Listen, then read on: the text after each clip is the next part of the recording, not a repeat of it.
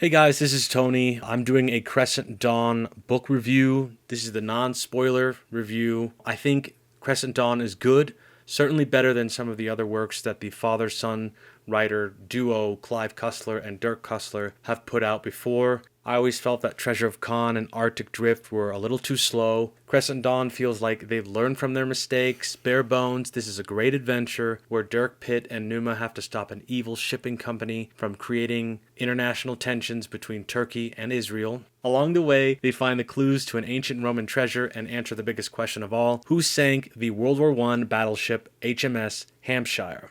The plot of Crescent Dawn is kind of like the plot to The World Is Not Enough, but better in my opinion. I didn't really like that movie. Numa is trying to stop the leaders of a fictional freight company called Anatolia Exports from manipulating voters in a Turkish election and trying to blow up Istanbul in order to resurrect the Ottoman Empire. I love the Bullet. I think it's my favorite underwater vehicle at Numa's disposal. It's like a speedboat slash submersible at the same time. They use it in both finales of the book, and it's just, epic. Love it.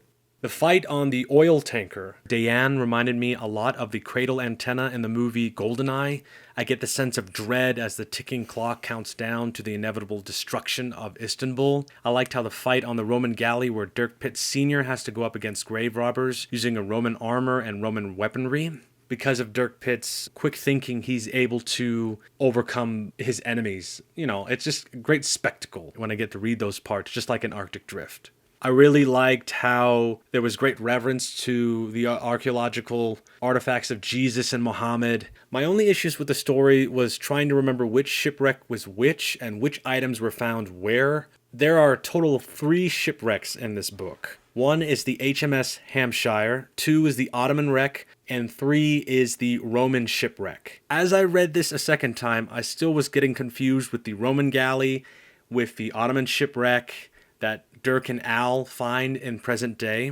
Ridley Bannister's arc in the story is kind of filler that doesn't really go anywhere other than introduce the readers to the criminal underground of archaeology. It reminds us of the items on the manifest, the Jesus Christ artifacts that the Church of England is trying to keep from the public and that Gutsman is trying to have for his own private collection, and he hires mercenaries to get it.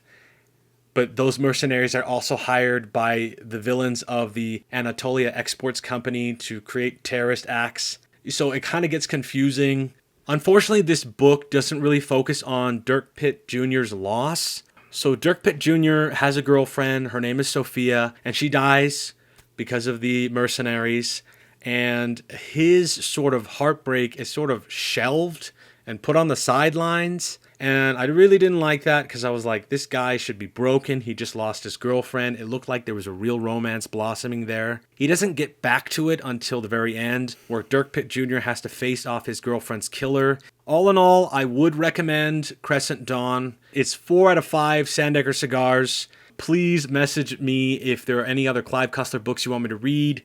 I'm listening to Isaac Bell in the car. I really like the Scott Brick audiobook, so I suggest doing that as well. Anyway, subscribe, and I will see you on the next dive.